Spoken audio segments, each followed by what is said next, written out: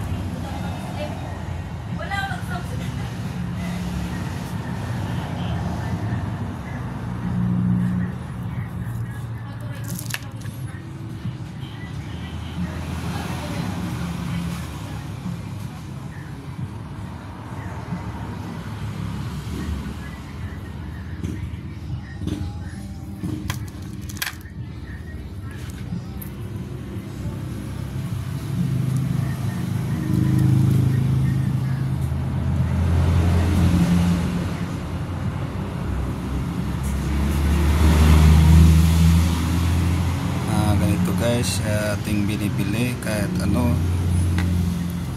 binibili natin.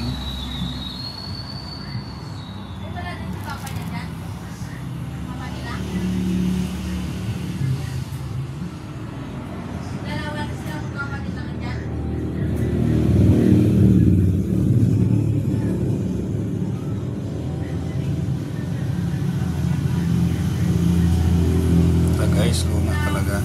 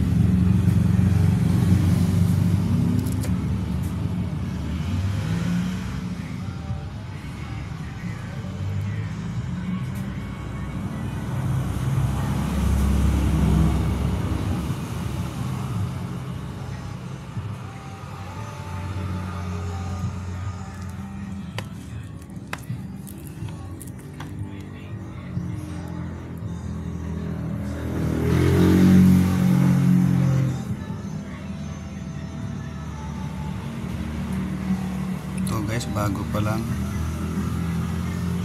2010 pero collectible na rin.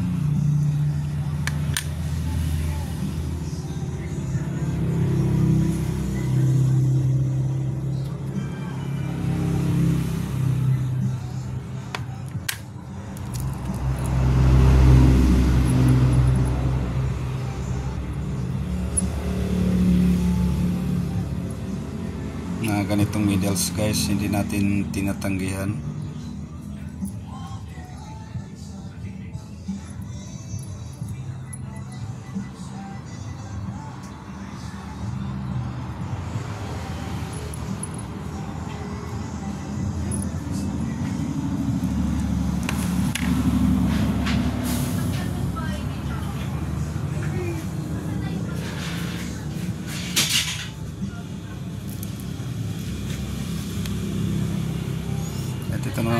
Ito naman guys, naka-slab talaga siya, naka-fix talaga.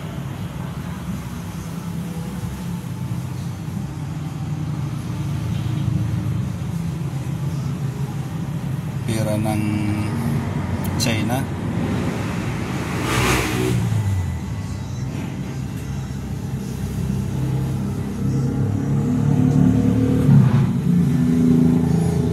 Ganito ang naka-slab guys na gawa sa silver, talagang may presyo talaga dahil ito ay talagang walang kalasa. Kung babaklasin mo man ito, talagang naka-fix siya.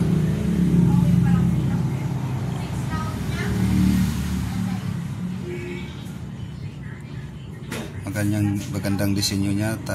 Ito yung sinaunang sasakyan noong panahon, sinaunang sasakyan ng China. Ginagawan lang disenyo sa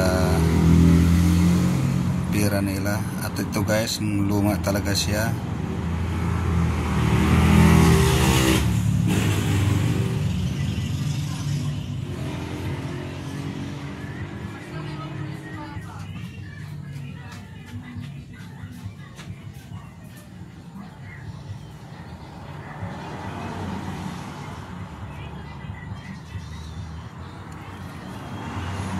Pag mayroon man kayong ganito, comment lang kayo, tayo baka sakaling malapit kayo dito sa Sual, Pangasinan, pwede kayong puntaan, pwede rin kayong pumunta sa aking pisto.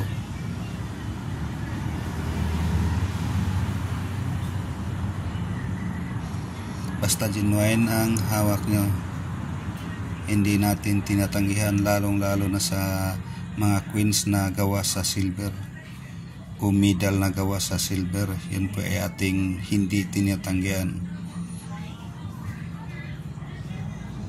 Ito guys, naka-slab talaga, antique na talaga ito. Yung grams niya dito guys is 26.8 grams.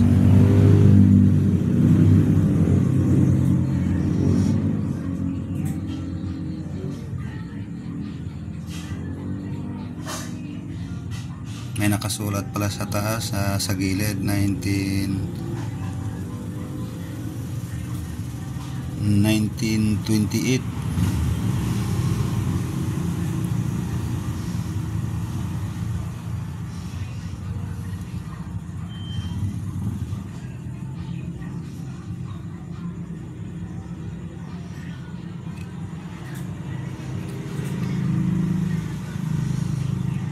Pero ito guys, luma talaga siya. Siguro ginawa siya noong 1928. Nakapix talaga. Hindi siya basta-basta mabaklas. Pag binaklas mo, sira yung plastic na nilalagyan.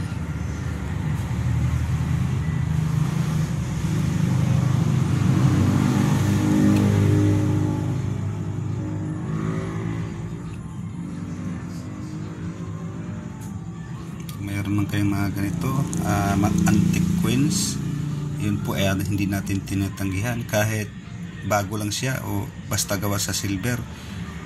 Yun po ay binibili pa rin natin dahil yung silver ay isang investment dahil yun po ay tumataas sa araw-araw.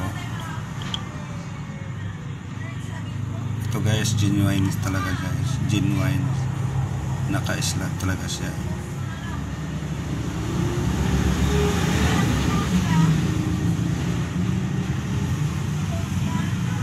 Siguro ito guys,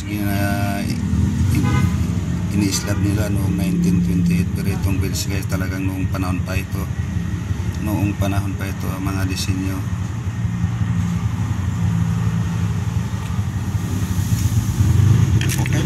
Maraming salamat sa inyong panonood. Sana hindi kayo magsasawa sa panonood ng video ko.